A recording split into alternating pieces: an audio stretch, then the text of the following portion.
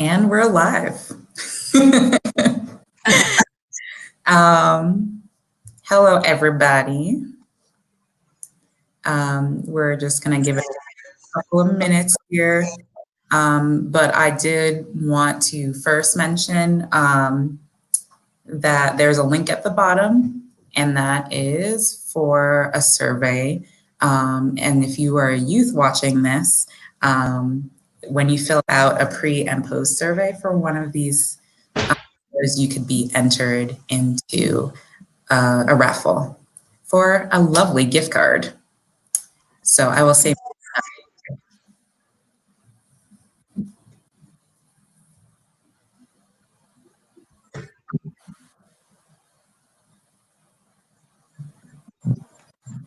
Where's the music at? I was like, I forgot about the music. I'm sorry. That's okay. I can sing if you want, but it may not be the best, That's quality. I had thought about it and then I forgot about it. But that's okay. Looks like we have one person watching. Cool. On Welcome. One person. I know how to do music on Zoom, but I don't know how to do it here. I guess it's probably similar. Share audio and you can pick up the audio. Yeah, something like that. Something like that. Oh, they went away. Like, what is this? Well, I'll give it another couple minutes and then we'll fully start it. Sure. But yeah. So we're just gonna, sit here awkwardly. It's cool. Sit here awkwardly? Okay. Or we could chat. It's either. Yeah. One. Are you looking forward to the weekend? The holiday weekend? Yeah. I mean, what's a weekend? I know I've been working like overtime, or double time or triple time with everything I got going on. And I'm looking forward to just relaxing this weekend and packing to go out of town too. Yeah. Okay. No more events until August. Okay. Awesome. All right. So it is now 6 o'clock. So I think we can get started. Sweet. And Jamila can start dancing. For those of y'all who don't already know, my name is Meryl, and I work for the Center on Facts. I'm actually the director of Rainbow Alley, and we are here today to talk about uncertainty. So a little bit about what this whole program is. Basically, this is part of our Summer Academy speaker series, which is going to be taking place all summer. As I mentioned before, this link at the bottom links to a survey. As part of our Summer Academy programming, we are doing a raffle every month for gift cards. The more that you participate in surveys, the more entries into the raffle you will get. We'll draw those every month. So with that, we can get started. So first, I'm going to introduce our speaker, Jamila. 17-year-old. Oh my God, I can't read. I wish I was 17 again. That would be nice. Yeah. So COVID times, y'all. A 17-year Air Force veteran, Jamila is passionate about personal development and leadership. Jamila is a talented speaker and the founder of Push Forward Development, Forwards, which stands for Facing Our Reality with Action, Resiliency, and Determination. Push Forward is a personal development and leadership training company that serves women and the LGBTQ plus community. Push Forward is dedicated to developing leaders and inspiring people to pursue a lifelong journey of personal growth. She is an independent certified trainer and speaker with the John Maxwell team and is being trained by one of the top leadership experts in the world. She is also, if that isn't enough, she is also the author of the inspirational quote brand, Quote Junkie Diaries. So without further ado, I introduce Jamila Bryant.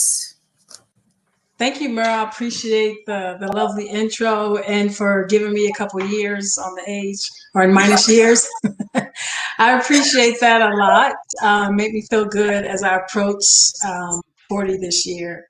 So I just want to say thank you for having me here to be a part of this event. You know, I'm a big supporter of the center. I volunteer because when I was growing up, I did not have a place like this that I could go to find other like-minded people like myself to just hang out and find community. So I really do appreciate you and the center staff for what you do.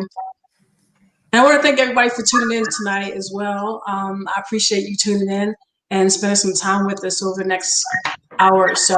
We appreciate that as well. And don't forget to, you know, fill out the survey. Meryl mentioned it. You will see this throughout the presentation as well. So hit up the survey and you could be entered to win a gift card. So when I thought about what I wanted to talk about today for this event was basically I wanted to have a message that everybody can relate to. And, you know, we're different. Everybody's different in their own respect. But, you know, because we're all human, we have a lot of similarities. And we all experience some of the same issues and occurrences in life. For example, 2020. Look what has happened in the world for 2020. The COVID pandemic that has brought a lot of people together in these COVID times, as I call it. And this COVID time that we're living in, and we have other, you know, things going on in the world as well that connects us all and reminds us that we're more connected than we're disconnected. So I wanted to have a message that encompasses all of that. And what better way to do this than to talk about uncertainty and adversity? Because when we're facing uncertain times, a lot of us tend to act or react a certain way. And this message over the next hour will be related to how we can handle uncertainty. Also, I'll provide some personal examples on how I do it over the last year and over the last couple of years of my life, you know, when I experienced uncertain times and some adverse moments. So I welcome you again. And yeah, I'm excited to be here with everybody. And I do have some icebreakers. So let's start with the icebreakers. Ready? Yes, I'm ready. Gotcha. Yeah. Okay, can everybody see the screen now? So I will walk you through how to participate in this poll everywhere. It's a great way to be engaged with people from a distance or in the same room as well. But since we're all virtually connected right now, I thought this would be a great way for people to zoom in and be engaged. So if you would like to pull out your smartphone, you want to open up another tab, you can do that. And to get registered, all you have to do is text the number 22333. So you put that in the toolbox and then you text Jane Bryant 243 and it's cap sensitive. So you just text JAINBRYANT and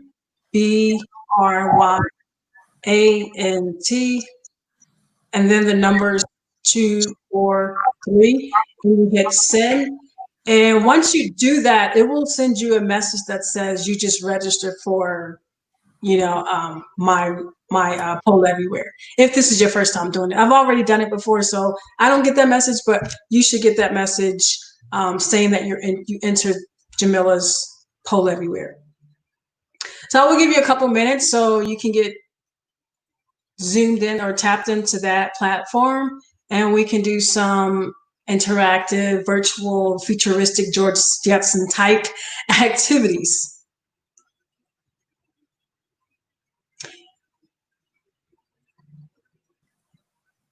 So this activity will involve 4 or 3 questions, I'm sorry. And the first question of the day, to do a little check-in just to see how everybody's day is going, is to text one word that describes your day.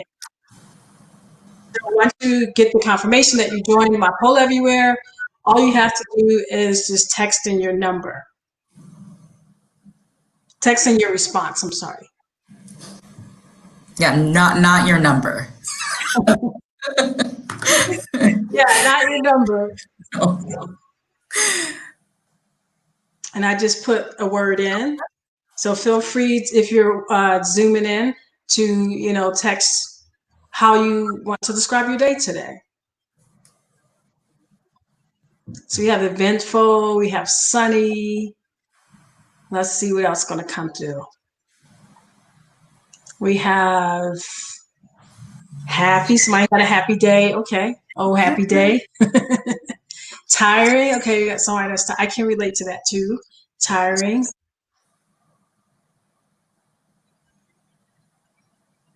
All right. We'll give it a couple more seconds before we transfer to the next question. It's a beautiful collection of words. It is. Yeah. Oh. And someone just typed beautiful. Tiring. Oh. And we have some more coming through. Okay. So if you've never done this before, this is similar to a word cloud. So let's say you were in a meeting and someone posed a question, and the more times people say a word, the bigger the word gets. So let's just say I type happy in again. It should make that happy word get a little bigger. Let's see if it happens. See, happy got bigger. And if I do it again, let's see what happens. It didn't get bigger that time, but it got bigger the first time.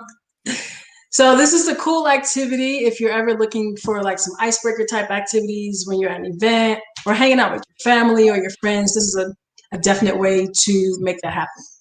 So we're going to transition on to the second question of the day in our icebreaker. So this question is, which location do you prefer? So A, we have a beach, and B, we have the Rocky Mountains. And that is actually a picture of, yes, that is right, that is Aspen, a little scenic shot of Aspen. So I'm going to put my response in because I love the beach, even though I live in Colorado from the East Coast and I miss the beach, but the mountains is something that I'm enjoying right now. So the mountains went away, so now we have beaches at 100%. All right, so if you want to continue to answer this question, let's see if mountain's going to come back. Let's see what's going to happen if they're going to come back. Seems like everybody's looking forward to the beach right about now. I guess with summertime, you might as well, like go to the beach and hang out. Oh, we do have some mountains coming in.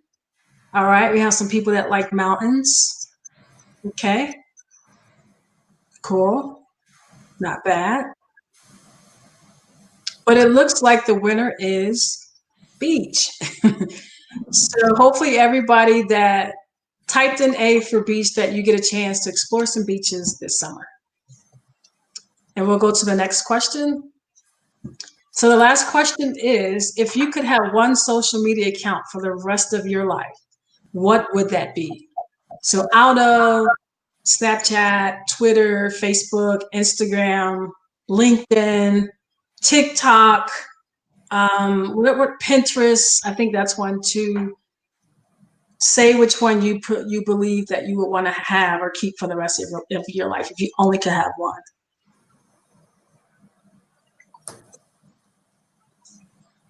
Instagram, we got some So That's Instagram, YouTube. okay.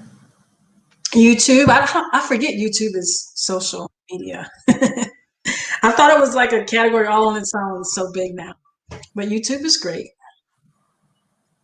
Let's see what else we're gonna have come through. We got FB. I guess that's Facebook. Okay. Let's see what else gonna come through. Let's see. We have what was the LI LinkedIn?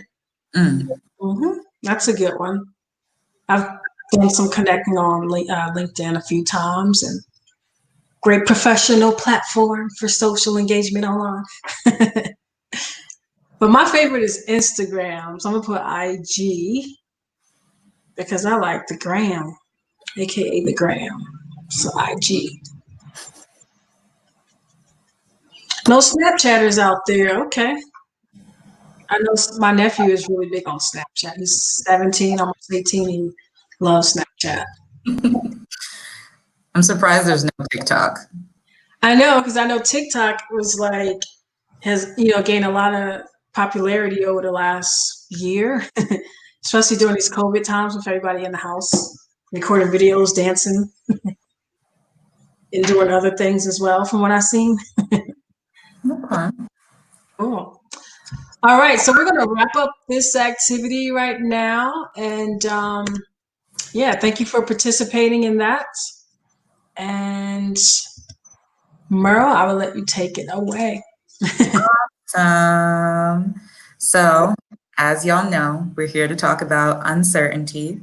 And so Jamila has a lovely talk with some tips as to how to sort of manage uncertainty. And so, yeah, we can get that started. All right. So I'll start the presentation. Okay. All right. Is it live or not live? It is. Okay. People can see it. Okay. Because I can only see my presentation, so I'm like, can they see it? Can they see it? Yes, we can see All right, it. cool. So everybody can see the lovely presentation I made for this evening, Embracing Uncertainty with Pride. So with Push Forward Development, like Meryl alluded to earlier, I work in the LGBT community and with women. And every time I have events or host events for the LGBTQ plus community, I always, tag it with pride.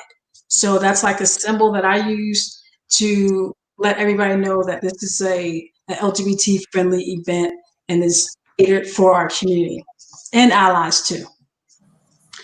All right. Okay, Fancy.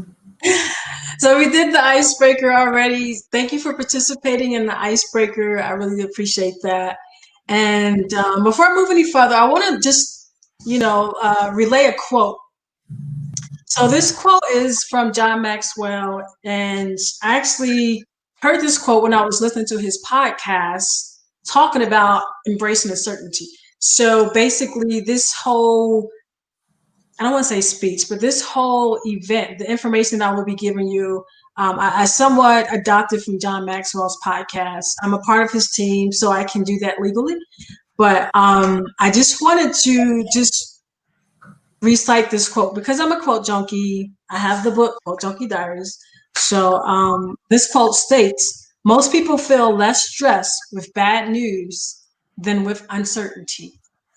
And I'll repeat, most people feel less stressed with bad news than with uncertainty. And that was by John Maxwell. Now, when I first heard this quote, I was like, wait a minute. Does that even make sense? And then I had to think about it for a minute. And it resonated with me because when he says like people feel less stressed with bad news than with uncertainty, it's because if you really think about it, if you read between the lines or read between the letters or the writing on the wall, you will think that, or you will see that with bad news, people know how to deal with that. You can, prepare for bad news. And if you find out too late, you can still react to the bad news because you know what it is. But when it comes to uncertainty, a lot of times we don't know what's going to happen, when it's going to end, how long it's going to be, so the duration of that. And a lot of people do not know how to deal with that or handle that. Just reflect back on yourself since February, March, when COVID hit the US. Well, it actually hit the US in January, but it started spreading more in February, March, April, and it's still spreading, but just not as fast. So just think how you reacted when you found out that they recommend you stay home and you could not go to school. So school was going to be transitioned to an online platform. So a lot of uncertainty came out of this health pandemic, and nobody really knew what to do. We kind of figured it out after a while, but it was like we didn't know how to handle that. So, but with bad news, you flip that over with the bad news, it's like you can manage that more because you know it's going to have typically, on average, a definite end for some bad news. For example, a death in the family, or still bad news, but you know that, the end is there and you know how to plan yourself accordingly to handle that loss of family or friend. But when it comes to things that we can't control, such as uncertainty, we don't know where it's coming from, when it's going to end. We just have to, go through the motions and figure out how we're going to deal with that. So with that, how do we, like, how does uncertainty affect us? Can you repeat that? Sorry. How does uncertainty affect us? Like, how can it? It can. Yeah, good question, Meryl. So uncertainty can affect us on multiple levels. I look at the areas of wellness. So you got mental, physical, say emotional. It affects all areas of our life in our inner self. So mentally we have to prepare for that, and it can have an effect on that. Like me, I'm such a planner. I like to know what I'm doing when I'm doing it for the most part. I am starting to live on edge a little, but for the most part, I like structure and I want to know what's going to happen next. And with uncertainty, sometimes you don't know, what's going to happen next. So that'll affect my mental state. Like I can't control it. And I know I can't control other things in life, but I do my best to be proactive, to have some type of control on the things I can control. If that makes sense. But also physical. A lot of uncertainty, it induces stress in us. So from a physical standpoint, stress can come in and overtake us. And sometimes when we're stressed, we're not in the right mind. We probably won't do the right things or say the right things. And I want to make it clear that it's two types of stress. You have the good stress and the bad stress. So this is pertaining to bad stress, but it could relate to good stress as well, because sometimes good stress can help motivate you to do things. So I will say that. Okay. I think eustress is the good stress, and distress is bad. Can you give us an example of what good stress is? I'm not entirely sure. So good stress, let's say, from a physical standpoint, it would be exercising. You're putting stress on your body, but it's that good stress that you need to, maintain a healthy lifestyle. So does that make sense with you? And if I could give you another example, it would be stress like you have a test. Okay, let's say you're looking to go to college and you're stressed because you have to take the SAT or the ACT. So that's stress that can, come and overtake you, but it's kind of good stress. I'm going to frame it as good stress because it helps you, take control of the situation, and you plan for that. Hopefully you study for it. So you're preparing yourself to handle this exam more appropriately because you've prepared for it. Now, if you didn't study for it and you're stressed, you can still do well, but I'm just trying to connect it to how that can be a good situation. Okay. Yeah. And some people work better under deadlines, like procrastinators, for example. That's another example where some people work well under stress. Perfect example. Whereas me, I like to, be proactive and do things beforehand. That way, when a deadline comes, I just submit it. I don't have to cram all night to get a task done. So That's fair. Yeah, everyone's a little bit different. true.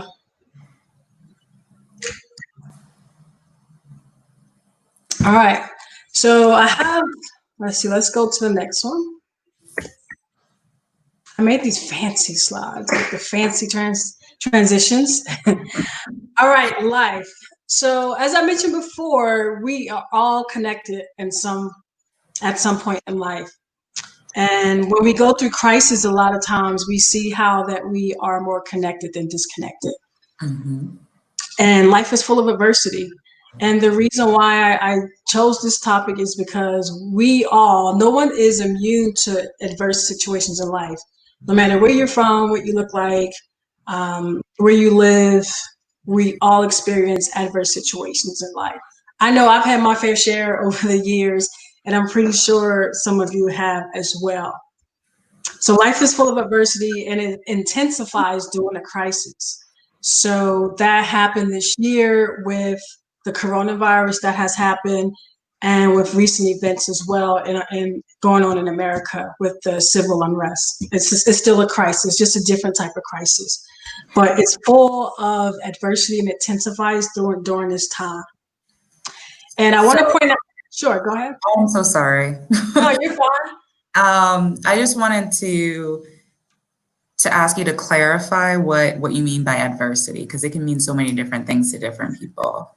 Yes. So when I use the term adversity, I refer to adversity being a difficult situation, a challenge that you're placed in, things that I like to frame adversity as something that makes me a better person.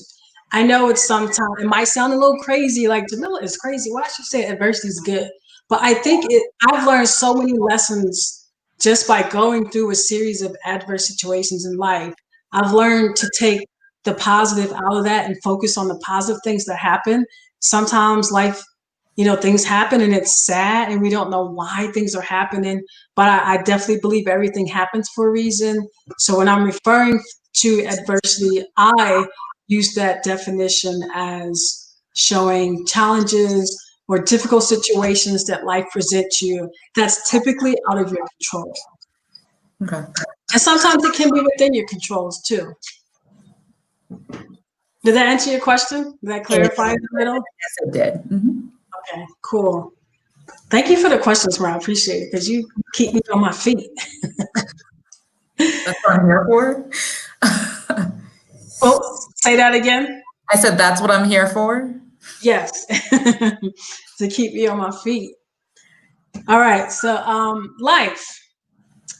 And I want this to be like an interactive conversation between me and you, Merle. So since it's me and you for now, I'll share with you something that was an adverse situation and basically a crisis in my life that occurred to me when I was deployed.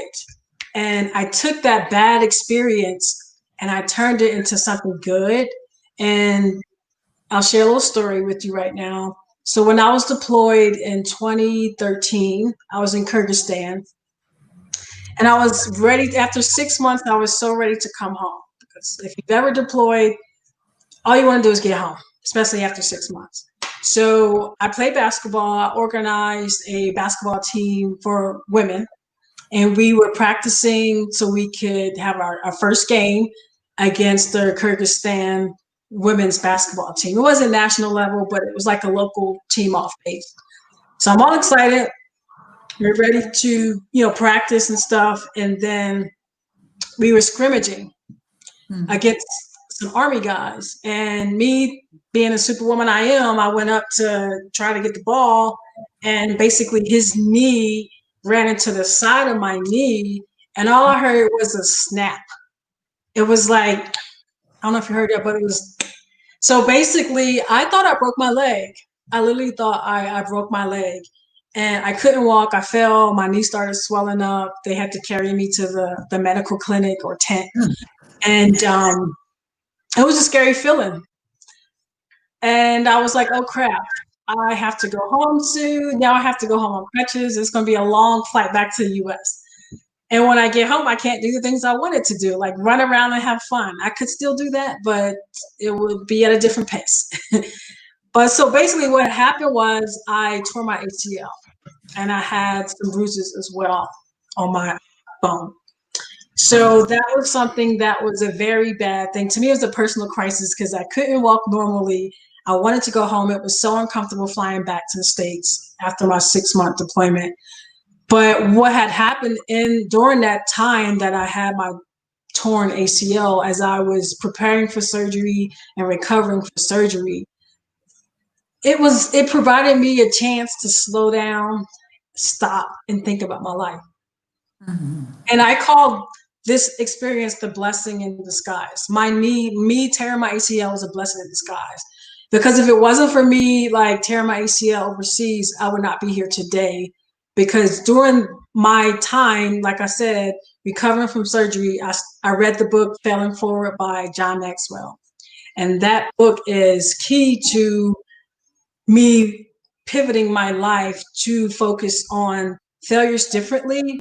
And that's I coined my company Push Forward, because not fail forward, but push forward. And I relate that back to the book. And during the time I was recuperating after surgery, I had time to write down things because I couldn't be up running around. I was basically confined to a sofa or a bed for the most part, and watching Ellen and Steve Harvey. So some great moments. But getting back to the point, during this time, I had a lot of self-reflection.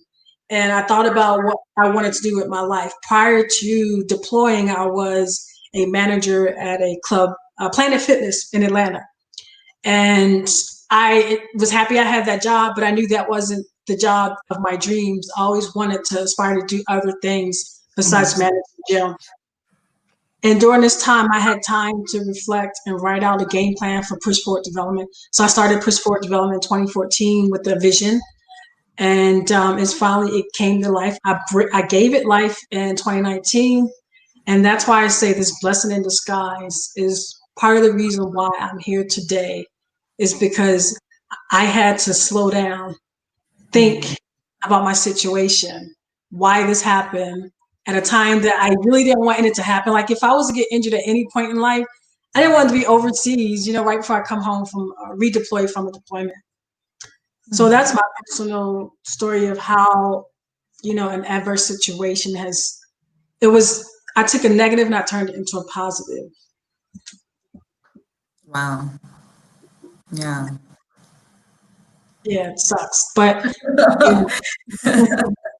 it sucked and my knee is better. If you're wondering what happened to that knee, it got fixed by Army doctor and I'm still moving around. Nerves are still a little, messed up, but for the most part, I can feel and I can walk and run and do a bunch of activities. Yeah, tearing ACL is no joke. It is. It really is not. Some people say, like, you're better off breaking your leg than tearing ACL. I was like, oh, really? They sound equally painful. It is bad. Okay. So,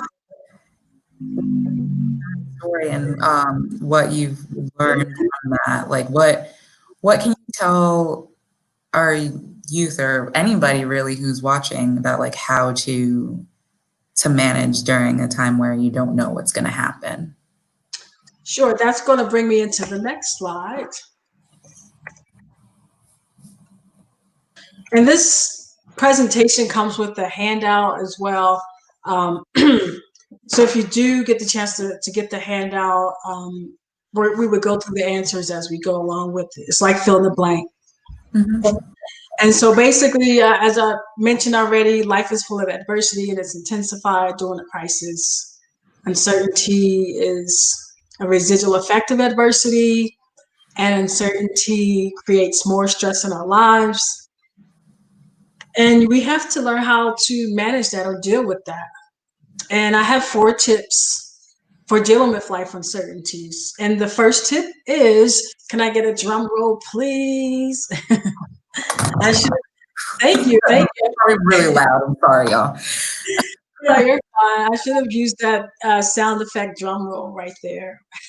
So the first tip, and these tips are basically tips that I came up with.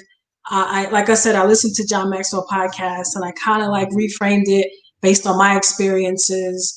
So these are just tips based on my experiences with a mixture of little John Maxwell as well.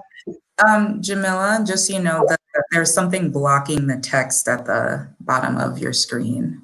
Oh, it's the sharing button. Okay, there you go. Sorry. See what it said. Yeah. Mm-hmm. I was like, I can't exit because I'll stop sharing. So let me see if I can remove it. I didn't know you can move that. I thought it just stayed in the middle. Learn something new every day. I know. Hey, I'm a believer of that. So tip number one, in reference to how you can deal with uncertainty of life, is to find ways to manifest opportunity during uncertainty in life. And this requires us to use our creativity. So I want you to think over this year during these COVID times, and you're stuck in your house, you're tired of scrolling on Instagram, Facebook, Snapchat, TikTok videos, and you got to figure out what else is it to do. So how many people have been creative? Merle, did you do something creative during this time to help you get through the COVID shelter at home and all that? I sure have. Probably too many things, but I have been doing some songwriting and singing. I'm just going to leave it at that. There's a lot more. Wow. So that's a perfect example of how we took this crisis, this health pandemic, and we played with the hands that we were dealt with, and we created opportunity to do things that we're passionate about. Me, on the other hand, my example would be I started cooking more. And I started baking. I experiment with baking because I love sweets, desserts, all of the above. And I made banana nut bread, which was delish. And I also made some chocolate chip cookies, which were okay. I got to perfect that recipe.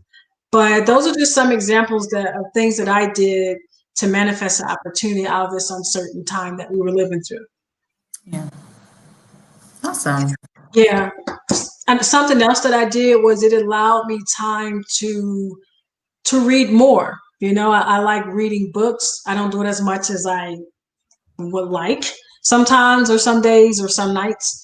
But I read more books, and it allowed me to start planning on material for push forward development and future events for this year and beyond.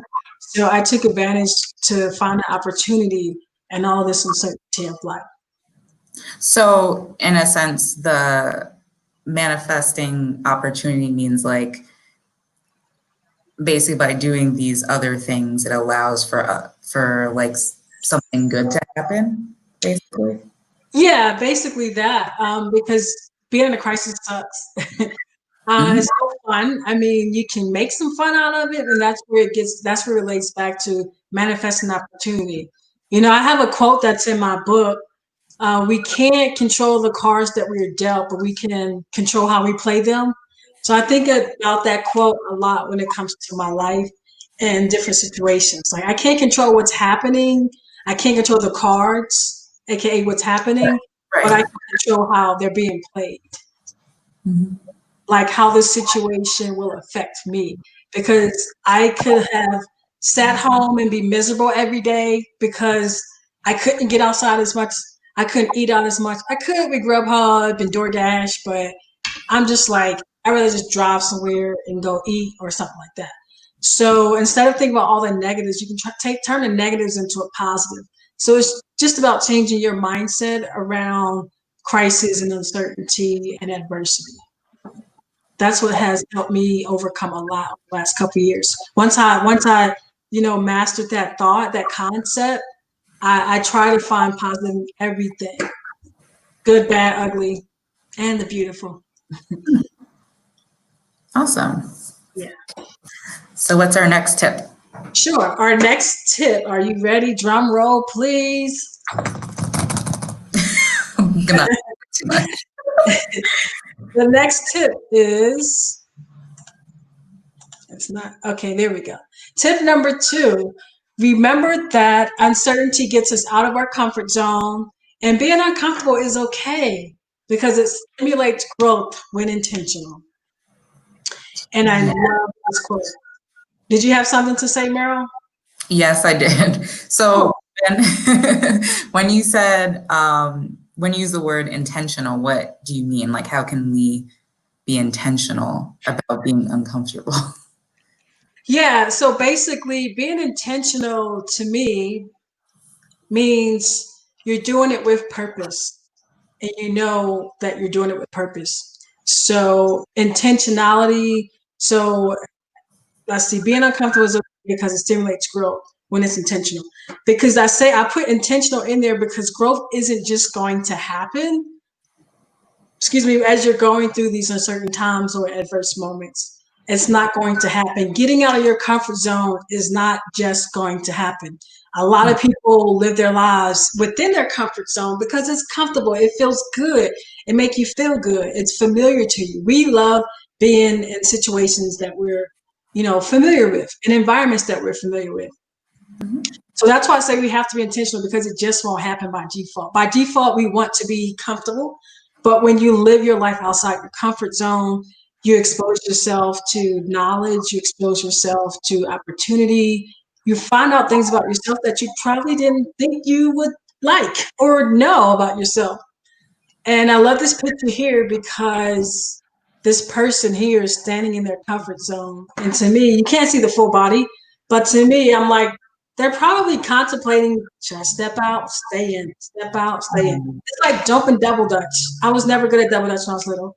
But it was like, do I go in now? Do I go in now? No, wait, do I go in?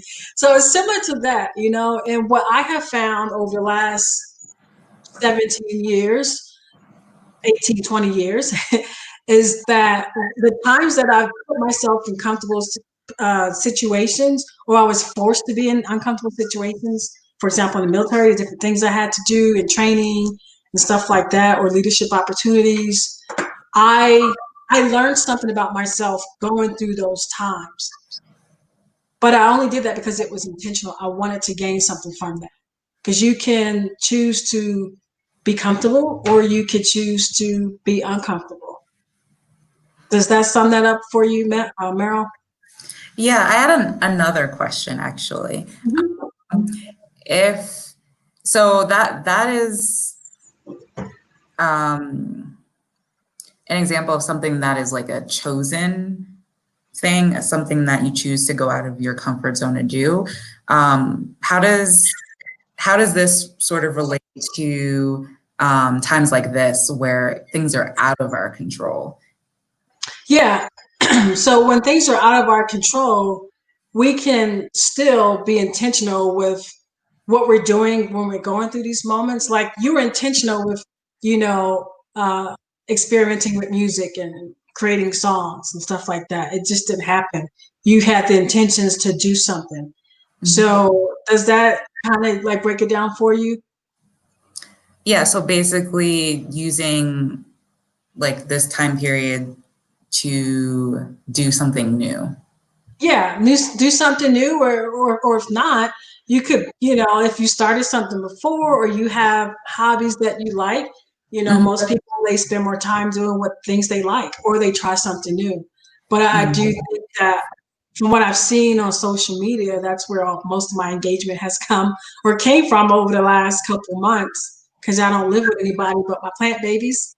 So it was like people were trying different things and seeing what worked, seeing what they liked, what they didn't like. It's basically like trial and error sometimes too, because you never know until you try something.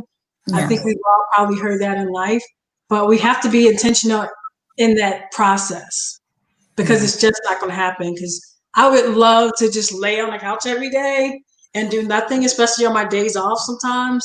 But I have to live my life intentionally to get things done because otherwise the default is I don't want to do anything for the most part. Mhm. Sometimes, especially on the weekend, because a lot of people just choose to, or a lot of people look forward to the weekend because it's a time to relax or get out and have fun with family or friends. But sometimes I have to do work, which is totally fine because I enjoy what I do. I mean, it's real. It's not work when you enjoy it. Fair enough. All Yeah. right. Any more questions about tip number 2? I do not. And just to remind folks who are watching, if you do have a question or anything, you can feel free to put them in the comments. We will have a Q&A section at the end to answer as many questions as we can. So you can feel free to do that. All right. All right. So my last tip is not my last, my third tip is uncertainty ignites change. And positive change is a byproduct of growth when it's intentional. And I put this picture here of the caterpillar because we all know what happens to caterpillars. Eventually, they turn into beautiful butterflies. Mm-hmm. And so to me, this represents a sign of growth, change. And it was, well, this is by default, but you can make yours intentional. So tip number 3, to just dive into that a little more. Uncertainty ignites change. Look how much change has happened over the last couple of months due to COVID. We've changed the way we lived our lives. We changed the way that different procedures and operations are in effect. And even though this is a temporary moment, it might have some longevity to the changes too. Even when the cure is here, things still might be different. Like a lot of people say, I want things to go back to normal. Well, I think after this year, there will be no more normal. And I don't know if I want to go back to the old normal anyway. So all these series of events that has happened this year ignited change. And positive change is a byproduct of growth when it's intentional. Okay. Yeah, I mean, I don't have any questions from that one. Okay. Yeah. Cool. I did a good job saying that one. Yeah, and I love this picture too. I might just let it sit here for like 2 more minutes. It's just pretty because a caterpillar, most people think they're not too, sexy, beautiful, but they evolve into something that's like, wow, look what has been created, you know? And I see butterflies often in their different shapes and sizes and colors. I'm like, wow, it all started out as a caterpillar, you know? Cool. Awesome. All right, tip number 4 is uncertainty brings things into perspective. And this keeps us focused on things that matter the most to us in life. And I like this. I put this tip here because at least this year is so current. So that's why I'm reflecting back on it, because a lot of things have happened this year that no one ever would have thought would have happened. Like the untimely passing of Kobe Bryant in January, the COVID, and then, the recent events with George Floyd and some other people. Nobody would have predicted any of this would have happened this year, but 2020 is like, I'm here. This is what is here. So it put a lot of things in perspective throughout the process, and it keeps us focused on the things that matter the most. For example, reflecting back to the passing of Kobe Bryant, it was like, wow. When I first saw that, I was like, that can't be true. That has to be like a rumor, He's like a legend. He walks on water and everything else. I admire Kobe for his athletic ability, but a lot of stuff he did off the court since he retired for women rights and female sports. He's done a lot in the community outside of the NBA or communities in the world as well. So when he passed, it was like, oh my gosh, this can't be true. Like why? Like why Kobe? Why anybody or all the people that died? But it was like, it was crazy, and it put back into perspective how valuable life is, and that meant a lot to me because I lost my mom unexpectedly in 2011, and I learned that lesson back then. But you fast forward 9 years, and life. You live your life, and sometimes you forget how precious life is and how we should take advantage of the moments that we have and do everything we want to do in this life because we only get one. and nobody knows when their time is going to be expired or their number is going to get called. So it put things in perspective. The COVID, it put my health into perspective. I'm good health overall, but it made me realize how being a healthy person is something I should not take for granted. I did get sick throughout all this. It wasn't COVID, but still, even having my sickness over 6 weeks, it was still like it made me think about it. Once I had a COVID test, it was negative, but I just felt like how would my experience would have been if I tested positive, and how would my body react to those symptoms, stuff like that. So it put perspective on my health, and how I could, keep doing things to keep myself healthy and stuff like that. Yeah, that makes me think of like throughout this quarantine, I did lose a family member, not due to COVID, but it was very sudden. And, what it put into perspective for me is that like I hadn't seen this person in a bit, and they also live pretty far away, and they couldn't have a funeral, because of quarantine. It was very early on, and so it just made me think about family in a different way, and appreciate my family in a different way. So that makes sense.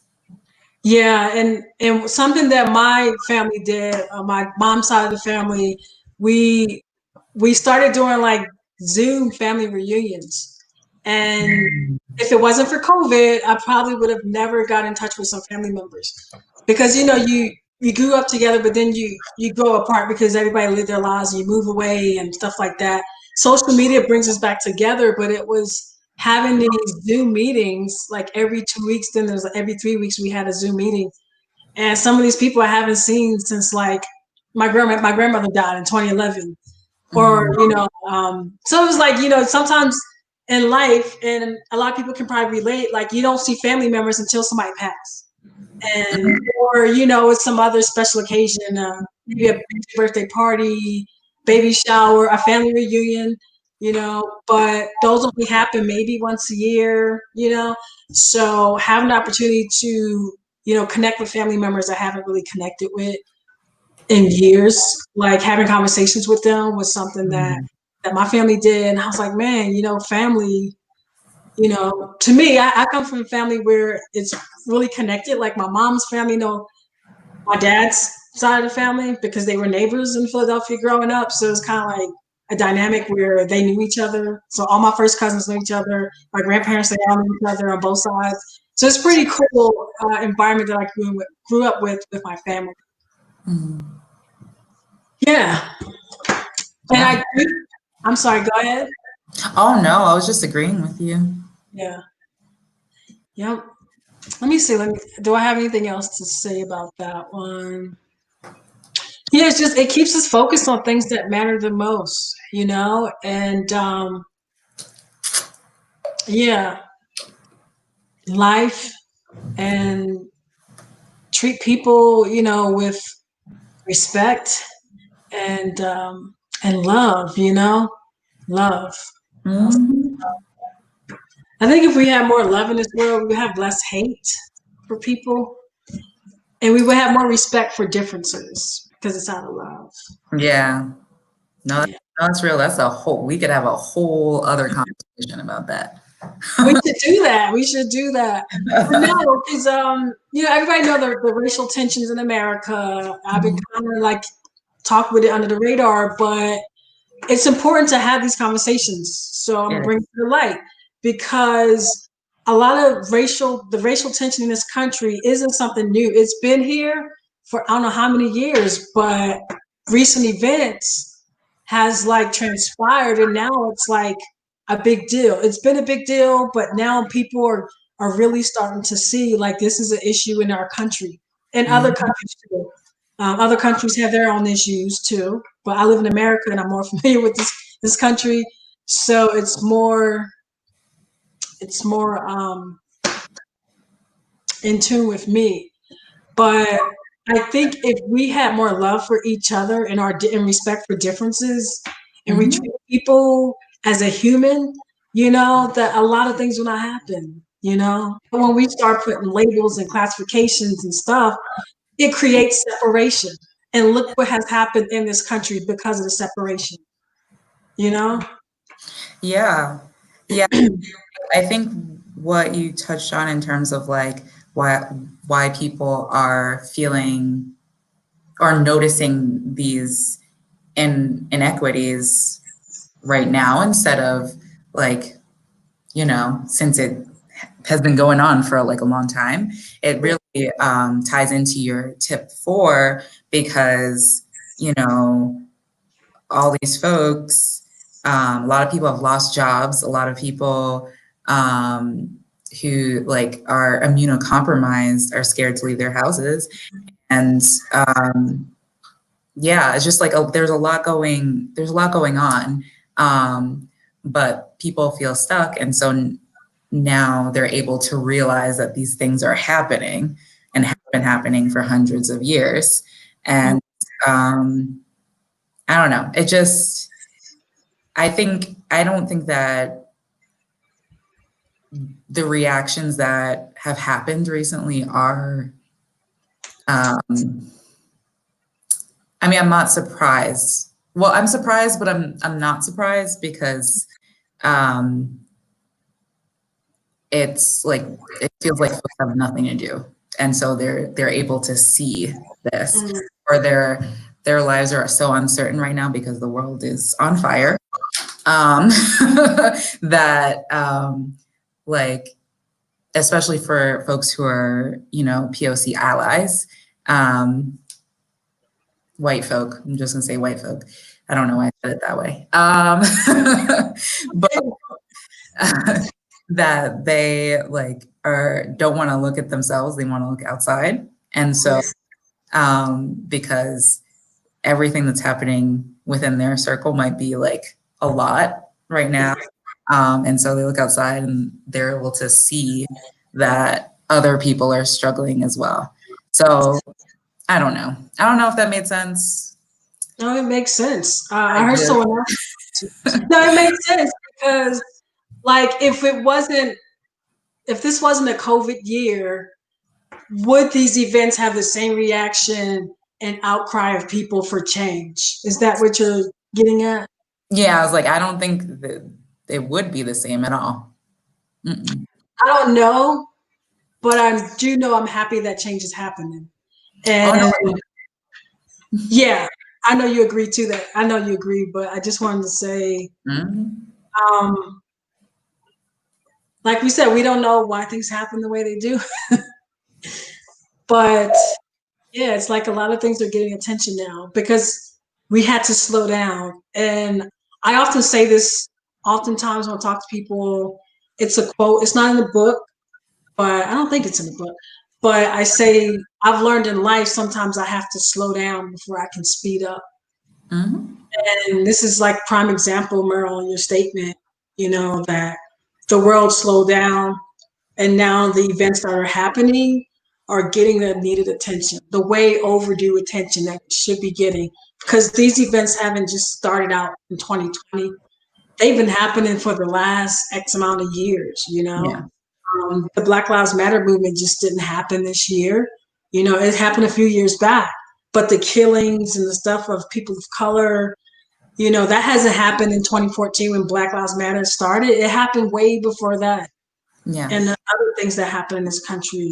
So, but I'm happy that things are finally getting to the point where, more people see or becoming aware of it, the Yeah. suffering of us as a people and a society and a country.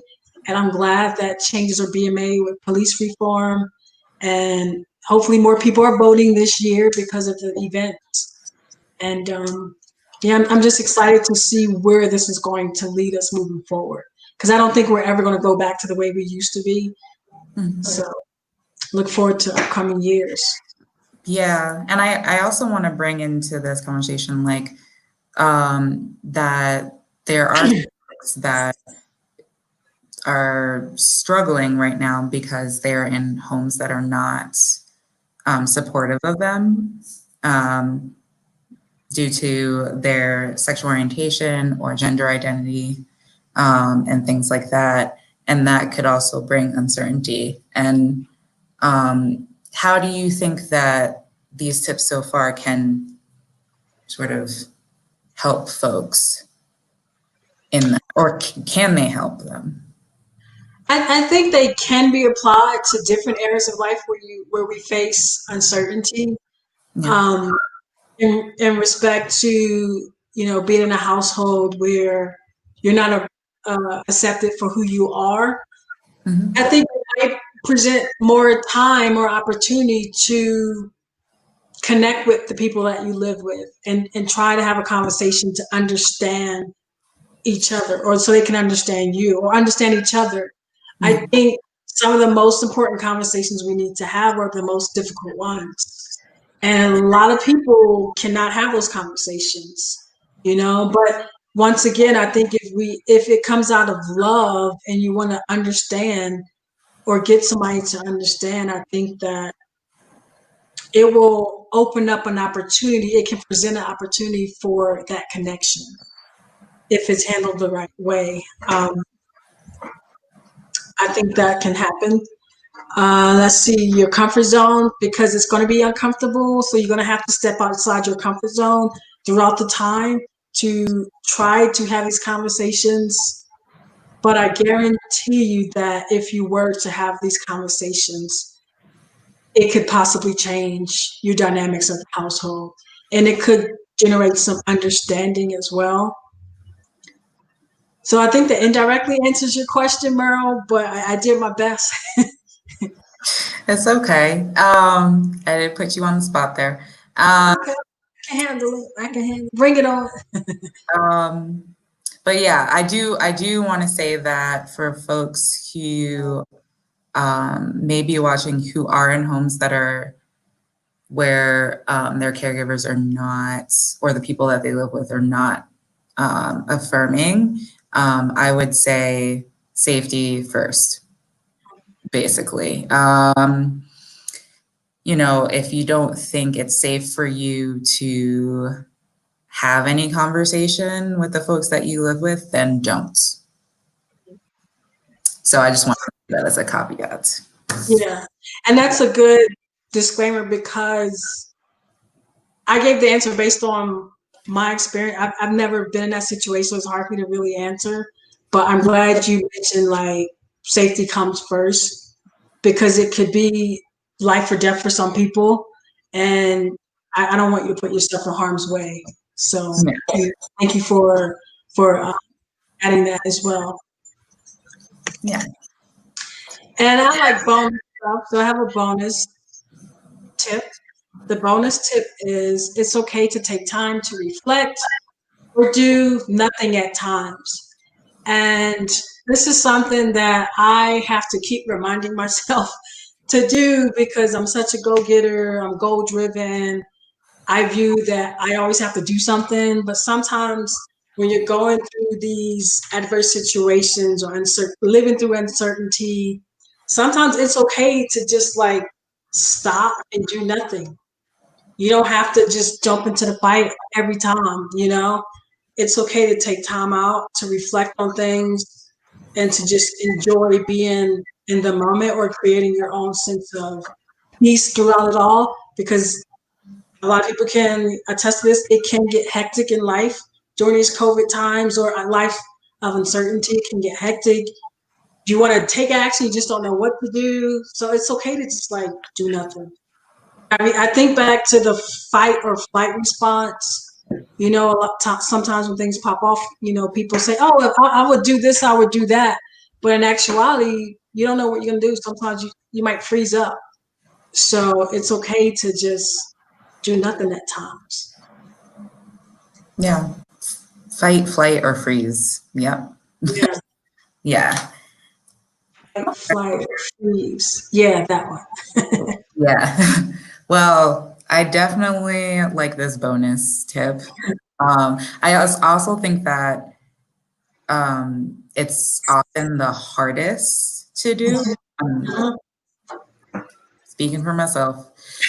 Um, and it's just because I find myself always doing something. But yeah, it's really hard, especially when there is like a crisis going on, to give yourself the space to not do anything. Yeah.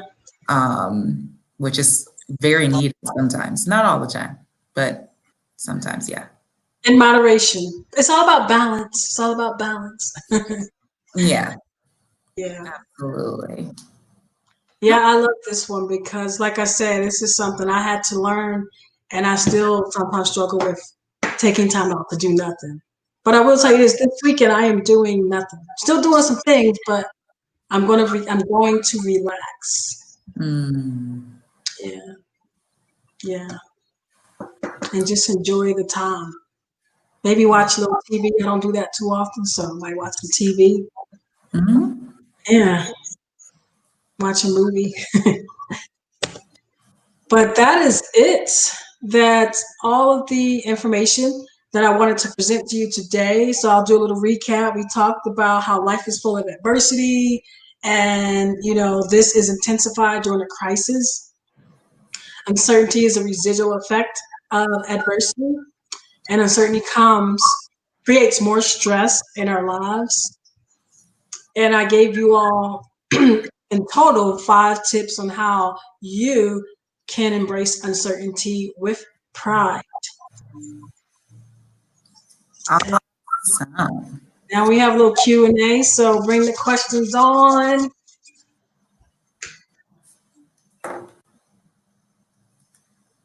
And I'll stop sharing my screen. That is the last slide. Oh, last slide. Here we go. And take off. What are these transitions?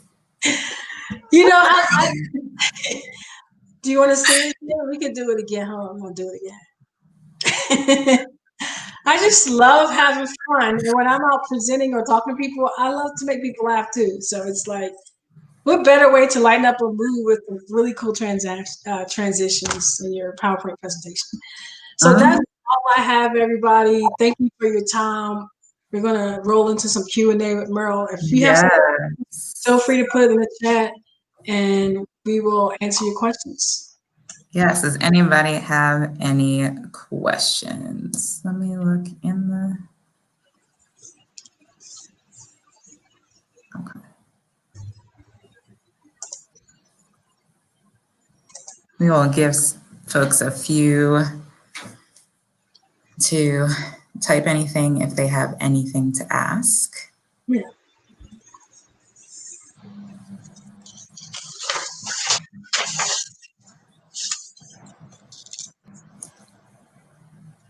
Do you have any questions, Merle?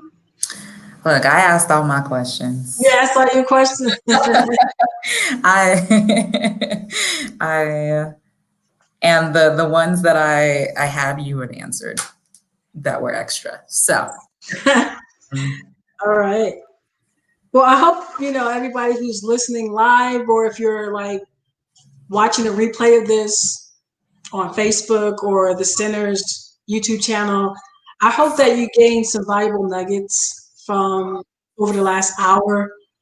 I try to be intentional with everything I put into the universe, and everything that I put into the universe, I feel or I know that it has affected me personally. That's why I can speak about it, and I'm passionate about it because most of us experience similar things, especially being in the LGBTQ plus community. We all have a similar struggle when it comes to our gender identity or sexual orientation.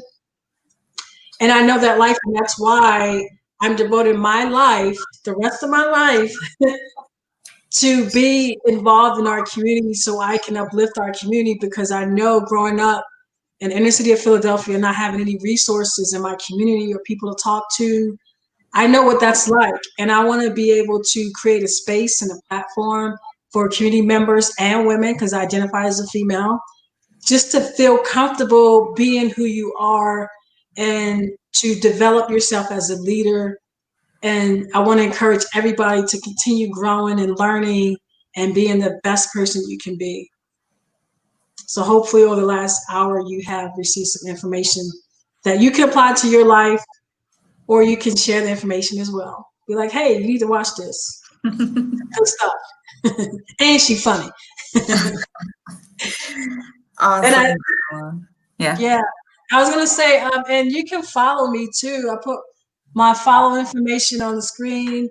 Government name is Jamila, aka J. You can follow me on Instagram at JAINY or at Pushboard Dev. So follow me on Instagram and Facebook. I'm on Twitter, but I don't tweet a lot. So yeah. Awesome. Yes, I was just going to ask you, how can people find you? So that's perfect. They can find me right here, right now. But after this presentation, y'all can find me on the gram or All righty. And so since we don't have any questions, I guess we should close out. So as you can see on the bottom of the screen, there's another link. It's not the same link as before. There's 1 digit difference, but it's the post survey.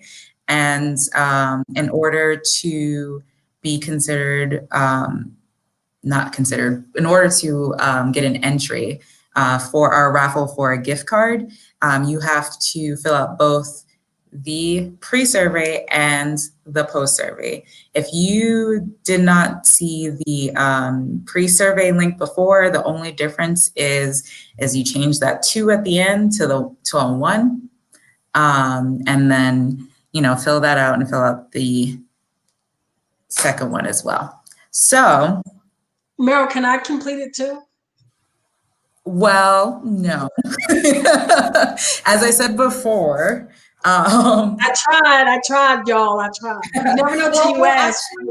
You can, but the thing is you won't be considered for a raffle. It's mainly geared towards youth. I am youth at heart. I know I said you were 17, but that's not right. Yes, and then the last thing I want to say is about, I mentioned this summer's programming and Summer Academy being all summer this summer, but another thing that Rainbow Alley is doing is we have a Discord server. So if you are a youth between the ages of 13 and 21, you should follow us on Instagram and fill out a form if you want to be part of our Discord server. We're going to be having some fun stuff happen on that, just like game nights and movie nights. We will actually be having a game night this Friday. So y'all get yourselves signed up. And that is my spiel. So without further ado, thank you so much, Jamila, for participating in this and sharing your knowledge and experiences. It has been great talking with you, as always. Thank you. It's been a pleasure talking with you too, Meryl, as always. And I look forward to hiking with you on Friday. Gotcha. Alrighty, y'all. For those who are watching, have a good rest of your evening. Yes. Don't forget to fill out the survey. Follow me on social media. Follow Jamila. She posts some stuff. She's doing some stuff. She's doing some trainings and stuff. So with that, have a good rest of your evening. Thank you. You too.